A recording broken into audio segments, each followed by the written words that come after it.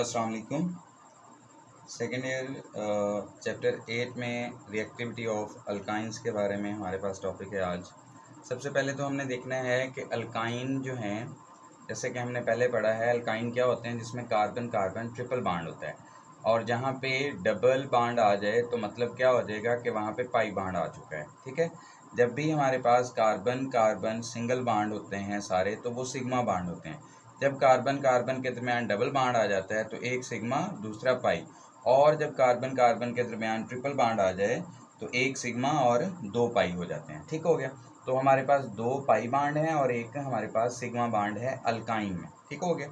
अच्छा, यहाँ पे कुछ इंपॉर्टेंट बातें हैं वो आपने गौर से समझनी है कि अल्काइन में कार्बन की जो हाइब्रिडाइजेशन होती है वो sp हाइब्रिडाइजेशन होती है। याद रखें, जब sp हाइब्रिडाइजेशन होती है ना, कार्बन की sp हाइब्रिडाइजेशन, तो जो ये वाला कार्बन है, ठीक है, इसमें 50% s करेक्टर होता है और 50% ही p करेक्टर होता है। अब जब 50% s करेक्टर, जब भी s करेक्टर की परसेंटेज बढ़ेगी वैसे वैसे कार्बन की इलेक्ट्रोनेगेटिविटी बढ़ेगी।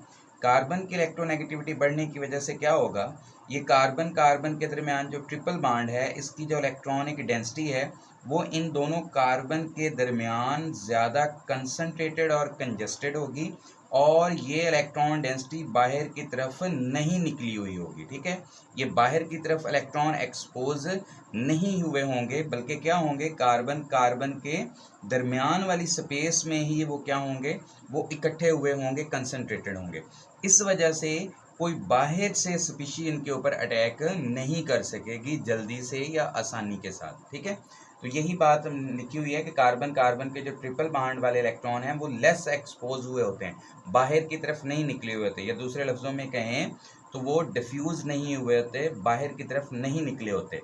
तो रिज़ल्ट क्या निकलेगा हमारे पास, रिज़ल्ट ये निकलेगा कि ये क्या होंगे, less reactive towards electrophilic reagents. वो रिएजेंट्स जो क्या करेंगे, जिनको इलेक्ट्रोफाइल हम कहते हैं, इलेक्ट्रॉन की ज़रूरत होगी, वो इसके ऊपर अच्छे से या जल्दी से अटैक नहीं कर सकते। क्यों?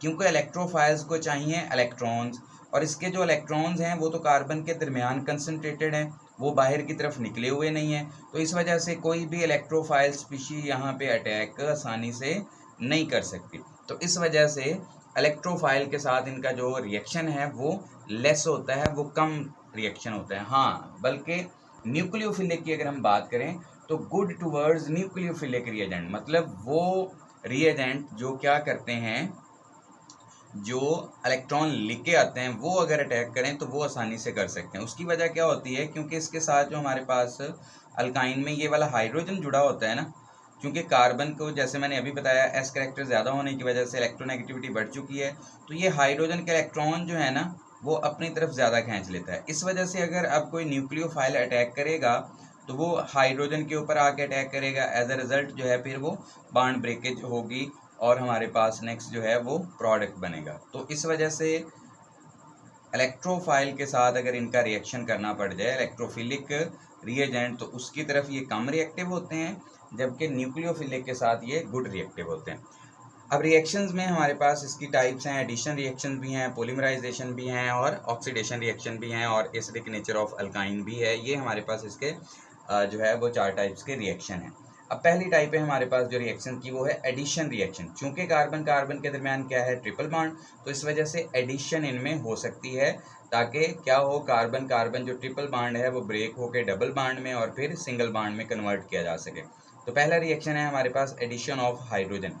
ये रिएक्शन सेम हमने अल्कीन की प्रेपरेशन में भी पढ़ा हुआ है और अल्केन की प्रेपरेशन में भी पढ़ा हुआ है। ठीक है, तो ये वही रिएक्शन है जिसे हम कैटालिटिक हाइड्रोजनेशन भी कहते हैं। यहाँ पे क्या होगा, बेसिकली हमारे पास अल्काइन जो पहला मेंबर है हमारे पास इथाइन या एसिटाइलिन, इसको हम क्या करते हैं, हाइड्रोजन के साथ रिएक्शन करवाते हैं in the presence of catalyst. Catalyst कौन सा हो सकता है, निकल हो सकता है, प्लैटिनम और पैलेडियम, ये 3 हैं, इनमें से कोई एक हो सकता है। ठीक है, अगर निकल यूज़ करते हैं तो फिर हमें टेम्परेचर रखना पड़ता है 250 से 300 के राउंड अबाउट। ठीक हो गया। उसके बाद अगर हम प्लैटिनम और पैलेडियम यूज़ करते हैं तो फिर ये क्या कर सकते हैं हम रिएक्शन, ये रूम टेम्परेचर पे भी कर सकते हैं, चूँकि इनकी रिएक्टिविटी अच्छी होती है। अब लेकिन ज़्यादातर निकल की प्रेजेंस में ही रिएक्शन किया जाता है, क्योंकि ये वाली जो मेटल्स हैं ये बहुत महंगी होती हैं, तो इस वजह से ज़्यादातर रिएक्शन जो है वो निकल की प्रेजेंस में किया जाता है।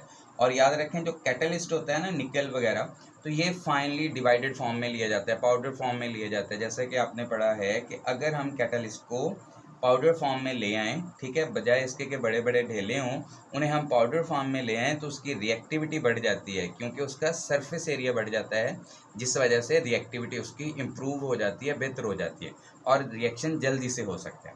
अच्छा, अब क्या होगा जी, हमारे पास पहली बात, पहले स्टेप में क्या होगा, carbon carbon triple bond break होके कार्बन कार्बन डबल बॉन्ड में कन्वर्ट हो जाएगा। एक हाइड्रोजन जो है वो यहाँ पे ऐड हो जाएगा और दूसरा हाइड्रोजन एटम जो है वो दूसरे कार्बन के साथ अटैच हो जाएगा। तो एक एक हाइड्रोजन पहले था, एक एक और ऐड हो गया, तो हमारे पास कार्बन डबल बॉन्ड कार्बन और दो दो हाइड्रोजन अटैच हो गए। अगले स्टेप में क्या होगा, दोबारा कार्बन डबल बॉन्ड हाइड्रोजन जो carbon double bond carbon hydrogen उसके साथ अटैच है, दोबारा एक और हाइड्रोजन ऐड करेंगे, एक हाइड्रोजन एटम इधर आ जाएगा, दूसरा हाइड्रोजन एटम इधर, तो हमारे पास क्या रह जाएगा, कार्बन कार्बन पहले दो दो हाइड्रोजन थे, अब एक और आ गया, तो कार्बन कार्बन टोटल कितने हाइड्रोजन आ गए हमारे पास, 3 हाइड्रोजन।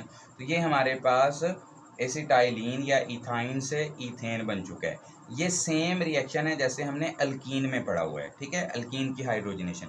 लेकिन वहाँ पे क्या था, वहाँ पे हम 1 मोल हाइड्रोजन ऐड करते थे क्योंकि एक डबल बॉन्ड था, लेकिन यहाँ पे 2 बॉन्ड है, 2 पाई बॉन्ड है, ट्रिपल बॉन्ड है, तो इस वजह से हम क्या करते हैं, इसमें 2 मोल हाइड्रोजन ऐड करते हैं। तो ये पहला रिएक्शन हमारे पास एडिशन ऑफ हाइड्रोजन कंप्लीट हो गया। सेकेंड है हमारे पास एडिशन ऑफ हैलोजन। अगर हैलोजन्स की हम बात करें तो हैलोजन्स हमारे पास क्या होते हैं, फ्लोरीन, क्लोरीन और ब्रोमीन और आयोडीन, ठीक है, ये हमारे पास हैलोजन फैमिली है। लेकिन अगर आपको याद हो तो हम कहते हैं कि जो फ्लोरीन है वो बहुत रिएक्टिव है और ये बहुत फास्ट रिएक्शन करती है, कंट्रोल में भी रिएक्शन नहीं रहता, और आयोडीन जो है वो बहुत स्लो रिएक्शन है और रिएक्शन रिवर्सिबल भी होना शुरू हो जाता है। तो ज़्यादातर जो आयोडीन और फ्लोरीन है इनका हम रिएक्शन पढ़ते ही नहीं है। तो जो मॉडरेट रिएक्शन है, जो कंट्रोल में रहता है, वो क्लोरीन और ब्रोमीन का है। तो इन दोनों में से हम ज़्यादातर रिएक्शन के लिए यूज़ करते हैं। यहाँ पे अगर आप हम ब्रोमीन भी यूज़ करना चाहें तो कर सकते हैं, लेकिन मैंने क्लोरीन लिखा है बुक के हिसाब से। तो हमारे पास है अल्काइन, पहला मेंबर इथाइन एसिटाइलिन, क्लोरीन के साथ reaction in the presence of CCl4 carbon tetrachloride, ये एज अ सॉल्वेंट यूज होता है। तो इसमें क्या होगा, हमारे पास एक क्लोरीन इस कार्बन के साथ और दूसरा क्लोरीन इस कार्बन के साथ, पहले carbon carbon triple bond break होके कार्बन कार्बन डबल बॉन्ड में कन्वर्ट होगा। तो ये हमारे पास बन जाएगा, कार्बन के साथ 2 हाइड्रोजन पहले अटैच हैं, एक क्लोरीन इस साइड पे और इस साइड पे। यहाँ पे अगर आप गौर से एक बात देखें तो आप लोगों को याद हो चैप्टर नंबर 7 के अंदर हमने सिस और ट्रांस पढ़ा हुआ है। तो ये हमारे पास ट्रांस प्रोडक्ट बनता है, ठीक है, जिसमें जो ग्रुप हैं क्लोरीन वो ऑपोजिट डायरेक्शन में लगे हुए हैं, ठीक हो गया। अच्छा, अब अगली बात ट्रांस प्रोडक्ट है, और एक और बात, अगर हमने पहले भी पढ़ा है कि अगर 2 हैलोजन एडजेसेंट कार्बन पे लगे हों तो उस कंपाउंड्स को, उस हैलोजन लगे हुए अल्काइल हैलाइड को हम विसनल डाइहैलाइड बोलते हैं। तो ये हमारे पास ट्रांस विसनल डाइहैलाइड बनता है, ठीक है। अब जो ट्रांस विसनल डाइहैलाइड है, दोबारा उसका क्लोरीन से रिएक्शन करें, अब कार्बन कार्बन डबल बॉन्ड जो था वो ब्रेक होके कार्बन कार्बन सिंगल में कन्वर्ट हो जाएगा। 2 क्लोरीन अलग अलग कार्बन पे पहले अटैच हैं, एक एक हाइड्रोजन, जो एक बॉन्ड ब्रेक हुआ, एक क्लोरीन इधर आ जाएगा और एक क्लोरीन इधर आ जाएगा। ये हमारे पास क्या बन गया, ये हमारे पास टेट्राक्लोराइड बन गया, ठीक हो गया। हमारे पास क्या बन गया, ये कार्बन 1 के ऊपर 2 क्लोरीन, फिर 2 के ऊपर भी 2 क्लोरीन, 1 1 2 2 टेट्राक्लोरो इथेन, ये हमारे पास बन गया। या सिंपली अगर हम कहें तो हमारे पास क्या है, टेट्राहैलाइड बन गया, ठीक हो गया।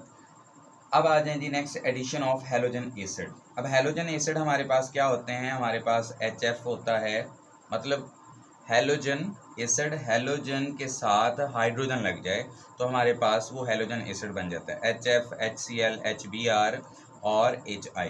ज़्यादातर जो हमें रिएक्शन देखें तो वो हम HBr या HCl वाले पढ़ते हैं। तो यहाँ पे अगर हम देखें तो हमारे पास पहला रिएक्शन है अल्काइन एसिटाइलिन प्लस HBr, ठीक हो गया, ये ऐड करते हैं हम। तो क्या होगा, सिंपली यहाँ पे कार्बन कार्बन जो ट्रिपल बॉन्ड है वो कन्वर्ट हो जाएगा डबल बॉन्ड में, अब क्या होगा, ये वाला हाइड्रोजन इधर आ जाएगा और ये वाला ब्रोमीन इधर आ जाएगा। ठीक हो गया। तो हमारे पास ये एक हाइड्रोजन पहले है, एक दूसरा आ गया, तो कितने हो गए, 2 हो गए। CH2 ट्रिपल बॉन्ड था पहले, अब एक बॉन्ड चूंकि ब्रेक हो गया है तो क्या रह गया, डबल बॉन्ड। एक H पहले से मौजूद है, एक ब्रोमीन ये वाला आ गया तो ब्रोमीन। अब आपको याद हो तो मैंने आपको पहले भी बताया है कि CH2 डबल बॉन्ड CH2 ये हमारे पास होता है इथीन। एक हाइड्रोजन निकाल दें, ये बन गया इथीनाइल, लेकिन आमतौर पे इसको हम क्या नाम देते हैं, विनाइल। ठीक है, ज़्यादातर ये विनाइल के नाम से, इसका कॉमन नेम जो है वो विनाइल है। तो अब ये आ गया हमारे पास विनाइल। अब ज़रा गौर से देखें तो CH2 डबल बॉन्ड CH, ये विनाइल हो गया, साथ लगा है ब्रोमीन, तो नाम क्या बन जाएगा, विनाइल ब्रोमाइड। ये हमारे पास बन गया विनाइल ब्रोमाइड। अच्छा, ये जो पहली एडिशन है ये देखें हमारे पास, वो सिंपली ही है कि आप जो है वो ब्रोमीन को इधर ऐड कर दें या इधर ऐड कर दें तो कोई मसला नहीं है, दोनों हिसाब से जो है वो विनाइल ब्रोमाइड ही बनेगा।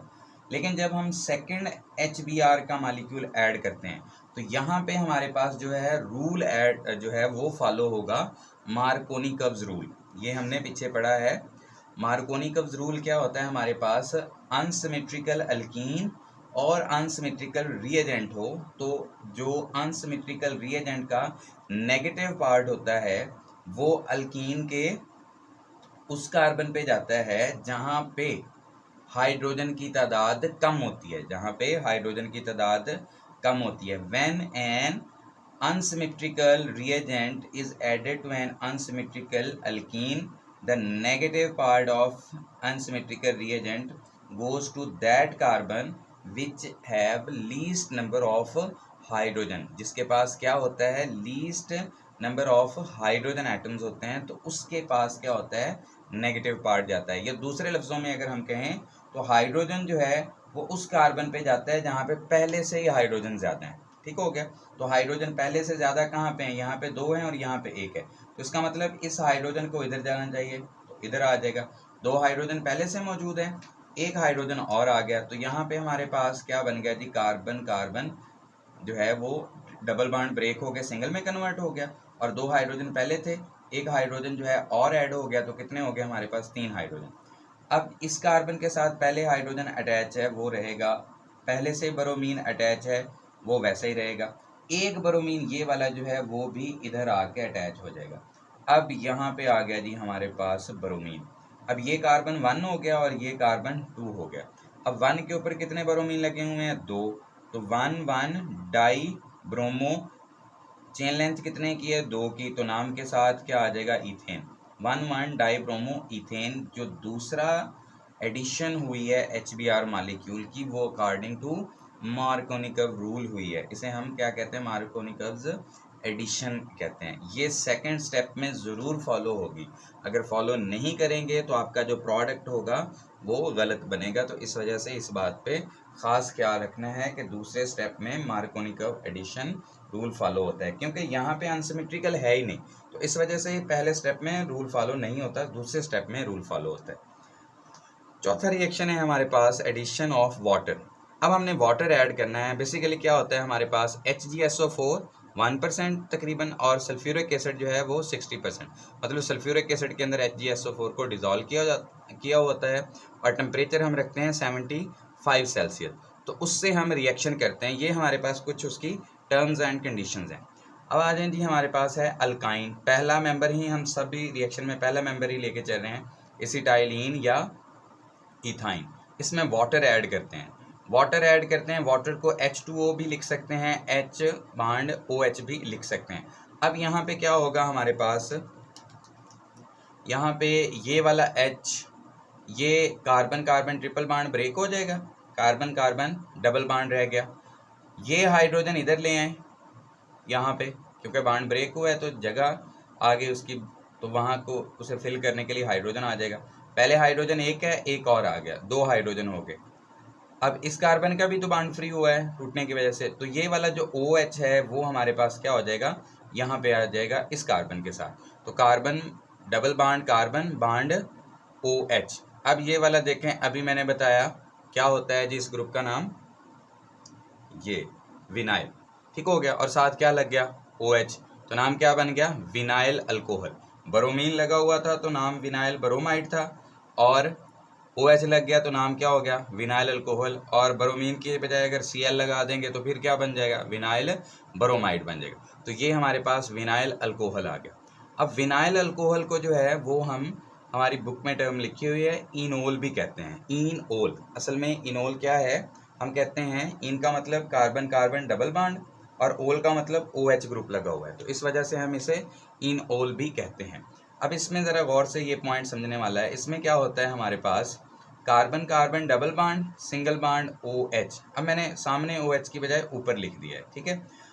अब यहाँ पे टाटोमराइजेशन होगी। टाटोमराइजेशन अगर आपको याद हो तो चैप्टर 7 में आप लोगों ने पढ़ा हुआ था, आइसोमरिज्म की एक टाइप होती है स्ट्रक्चरल में, लास्ट जो थी वो टाटोमरिज्म थी। टाटोमराइजेशन में क्या होता है हमारे पास कि एक प्रोटॉन एक ही मॉलिक्यूल में एक एटम से दूसरे एटम पे शिफ्ट हो जाता है। प्रोटॉन एक एटम से दूसरे एटम पे शिफ्ट हो जाता है। तो इस तरह से हमारे पास जो चीज़ आती है, जो आइसोमरिज्म आता है, उसे हम कहते हैं टाटोमराइजेशन। ठीक हो गया, टाटोमरिज्म।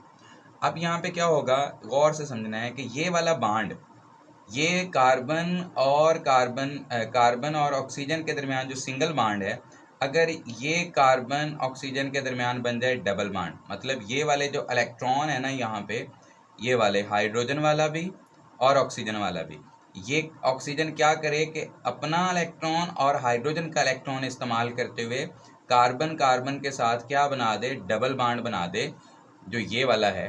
तो इस कार्बन को क्या करना पड़ेगा, इधर डबल बॉन्ड बनाने के लिए इसे अपना ये वाला इलेक्ट्रॉन जो है वो आगे शिफ्ट करना पड़ेगा। पूरा ये बॉन्ड पेयर जो है वो क्या करना पड़ेगा, आगे शिफ्ट करना पड़ेगा। अगर 1 मिनट के लिए हम कहें कि कार्बन कार्बन का जो डबल बॉन्ड है वो सिंगल बॉन्ड में कन्वर्ट हो गया और ये वाला पूरा जो बॉन्ड पेयर है इस कार्बन पे शिफ्ट हो गया, तो इस कार्बन पे क्या आ जाएगा, नेगेटिव चार्ज। अब यहाँ से कौन सी चीज़ रिलीज हुई है, hydrogen in the form of proton. तो इस कार्बन के ऊपर नेगेटिव चार्ज और ये प्रोटॉन, तो ये वाला हाइड्रोजन फिर प्रोटॉन की फॉर्म में किधर आ जाएगा, इस कार्बन के पास। अब इस कार्बन के पास 2 हाइड्रोजन पहले से हैं विद नेगेटिव चार्ज भी है उसके ऊपर, और ये प्रोटॉन आ गया, तो कार्बन कार्बन क्या हो जाएंगे, 3 हाइड्रोजन हो जाएंगे। कार्बन कार्बन जो डबल बॉन्ड था वो किस में कन्वर्ट हो जाएगा, सिंगल बॉन्ड में। तो यहाँ पे देखें ज़रा, कार्बन के साथ कितने हाइड्रोजन लगा दिए, 3, और ऑक्सीजन के साथ उसका डबल बॉन्ड बन चुका है, और ये वाला हाइड्रोजन तो वैसे ही उसके साथ पहले से अटैच था, वो तो वैसे ही रहेगा। तो ये हमारे पास क्या बन गया जी, ये हमारे पास बन गया एसिटाल्डिहाइड। एसिटाल्डिहाइड बन गया हमारे पास, ठीक है। दोबारा देखें तो अल्काइन, एसिटाइलिन, इथाइन वाटर के साथ रिएक्शन करे तो क्या होता है, एक हाइड्रोजन इस कार्बन पे और दूसरा जो OH है वो साथ वाले कार्बन पे, तो हमारे पास बन जाता है vinyl alcohol in the presence of HgSO4 और H2SO4 और 75 सेल्सियस टेम्परेचर, ये रिएक्शन कंडीशन है।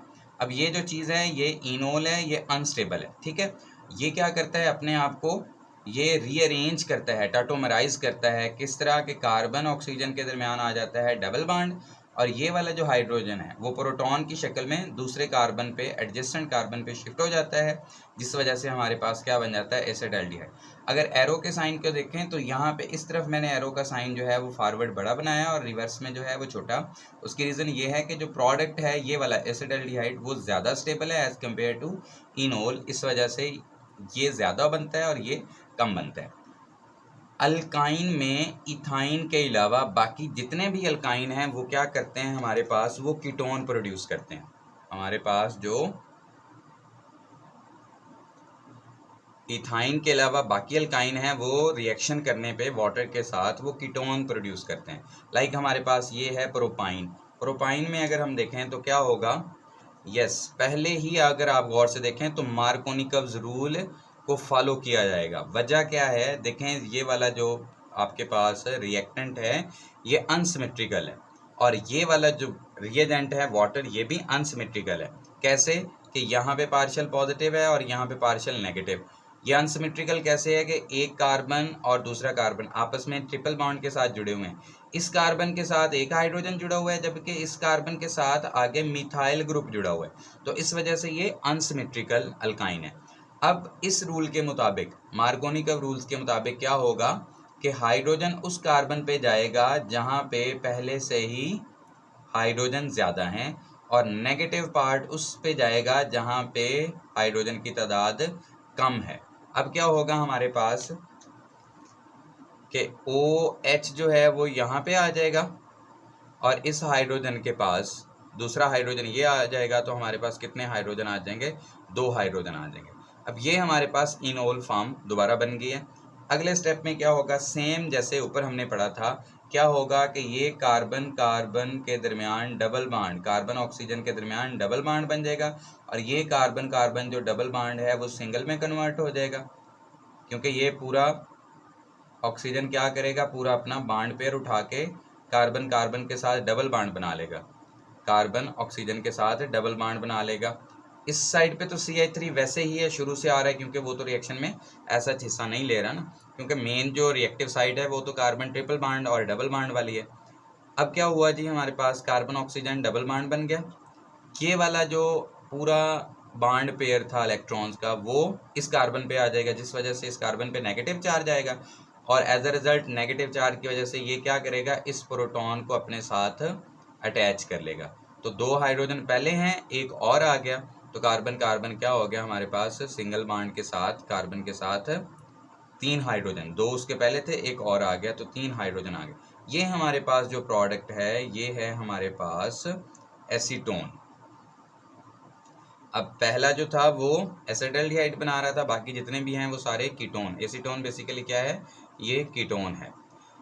अब जो एडिशन ऑफ वाटर है, अगर हम इसकी इम्पोर्टेंस की बात करें, सिंथेटिकली ये इम्पॉर्टेंट है। ठीक हो गया? इम्पॉर्टेंस क्या है इसकी? क्योंकि ये अल्काइन को क्या करता है जी? सिंपली कन्वर्ट कर देता है किस में? एल्डिहाइड में, जो हमारे पास एसिटाल्डिहाइड है, और फिर किस में? अदर फॉर्म्स ऑफ कीटोन में। तो एल्डिहाइड और कीटोन में ऐसे आसानी से तब्दील किया जाता है, तो इस वजह से ये सिंथेटिकली जो है या इंडस्ट्रियली जो है वो इम्पॉर्टेंट है। लास्ट रिएक्शन है हमारे पास एडिशन रिएक्शन में, addition of ammonia and HCN, hydrogen cyanide. अब इसमें आपने क्या करना है कि इथाइन लेके उसका अमोनिया के साथ रिएक्शन करना है in the presence of aluminium oxide, और टेम्परेचर कितना रखना है जी? 300 सेल्सियस। आपने सिंपली क्या करना है? Carbon carbon triple bond break कर देना है और कार्बन का नाइट्रोजन के साथ जो है वो ट्रिपल बॉन्ड बना देना है। ये हमारे पास कार्बन नाइट्रोजन क्या आ गया? ट्रिपल बॉन्ड आ गया। ठीक हो गया? अब बाकी जितने कार्बन बचते हैं उनके साथ हमने क्या लगा देना है? जितने उसके बॉन्ड फ्री हैं उनके साथ हमने लगा देना है हाइड्रोजन। तो इस कार्बन की अगर हम बात करें तो इसके साथ कितने हाइड्रोजन आएंगे? इस कार्बन के साथ, इसके साथ कोई भी नहीं आएगा, क्योंकि इसके 3 बॉन्ड ये और एक ये, 4 बॉन्ड इसके पूरे हो चुके हैं। इस कार्बन की अगर हम बात करें तो यहाँ पे कितने आ जाएंगे? 3 हाइड्रोजन आ जाएंगे। ठीक हो गया? अब आ जाए जरा रिएक्टेंट्स वाली साइड पे, इधर देखें टोटल कितने हाइड्रोजन है? 1 2 और 3 ये हैं, 5 हो गए। तो यहाँ पे कितने हैं हमारे पास? 3 आ गए, बाकी कितने बच गए? 2, तो वो H2 की फॉर्म में रिलीज हो जाएगा। ठीक है? ये हमारे पास जो चीज़ बनी है ना, इसके 2-3 नाम हैं। इसको मिथाइल नाइट्राइल भी कहते हैं, इसको एसीटोनाइट्राइल भी कहते हैं, और मिथाइल साइनाइड भी कहते हैं। ठीक है? कौन कौन से नाम है हमारे पास? इसको हम कहते हैं मिथाइल नाइट्राइल, और सेकंड नेम क्या है जी हमारे पास? इसका दूसरा नाम है हमारे पास इसका एसीटोनाइट्राइल, और तीसरा नाम क्या है जी हमारे पास इसका? तीसरा नाम है हमारे पास मिथाइल सायानाइड। ये 3 नाम हैं जी इसके। अच्छा, अब दूसरे में ये पहला अमोनिया ऐड कर लिया, दूसरे में क्या है हमारे पास? दोबारा एसिटाइलिन या इथाइन लें, उसके अंदर HCN ऐड करना है। अब in the presence of cuprous chloride और अमोनियम क्लोराइड। अब यहाँ पे क्या होना है? आपने सिंपली क्या करना है? यहाँ से हाइड्रोजन उठाना है, इस कार्बन पे ले जाना है, और कार्बन कार्बन जो ट्रिपल बॉन्ड है उसको डबल बॉन्ड में कन्वर्ट कर देना है। कार्बन कार्बन डबल बॉन्ड आ गया, एक बॉन्ड ब्रेक होने की वजह से ये वाला हाइड्रोजन जो है वो इधर आ जाएगा। तो पहले एक हाइड्रोजन लगा हुआ है, एक और आ गया, 2 हाइड्रोजन हो गए, और ये CH, इस कार्बन का भी बॉन्ड फ्री हुआ था, तो ये वाला जो CN है वो सिंगल बॉन्ड वाला वो इसके साथ आके अटैच हो जाएगा। तो ये हमारे पास क्या बन गया जी? CN। ठीक है? अब CH2 डबल बॉन्ड CH, इसको हम विनाइल कहते थे। ठीक है? लेकिन यहाँ पे जो है इसका नाम वो क्या है, इसको विनाइल भी वैसे यहाँ पे भी बोल सकते हैं। ये CN लगा हुआ है, ये क्या लगा हुआ है, विनाइल, तो नाम क्या बन जाएगा इसका, विनाइल साइनाइड। इसको हम विनाइल साइनाइड भी कह सकते हैं और अक्राइलोनाइट्राइल भी कह सकते हैं और इसको प्रोपाइल नाइट्राइल भी कह सकते हैं। और क्या नाम है इसका, प्रोपाइल नाइट्राइल। इसके नाम देख लें, 3 नाम हैं इसके, अक्राइलोनाइट्राइल, विनाइल साइनाइड और प्रोपाइल नाइट्राइल, ये हम इसे कह सकते हैं। ठीक है, और ये इस रिएक्शन के लिए थोड़ा सा हीट की भी ज़रूरत होती है। तो स्टूडेंट्स ये हैं हमारे पास सारे एडिशन रिएक्शंस ऑफ अल्काइंस जो आपको लॉन्ग क्वेश्चन आ सकता है। वो कोई से 3 पूछ ले, 4 पूछ ले, या सिंपली कह दे कि अल्काइन के एडिशन रिएक्शन को डिस्कस करें, देन आपको देखना पड़ेगा कि वो कितने मार्क्स के हैं और वो कितने रिएक्शन पूछना चाह रहे हैं। तो 5 ही रिएक्शन आप लिख देंगे। अल्लाह हाफिज़।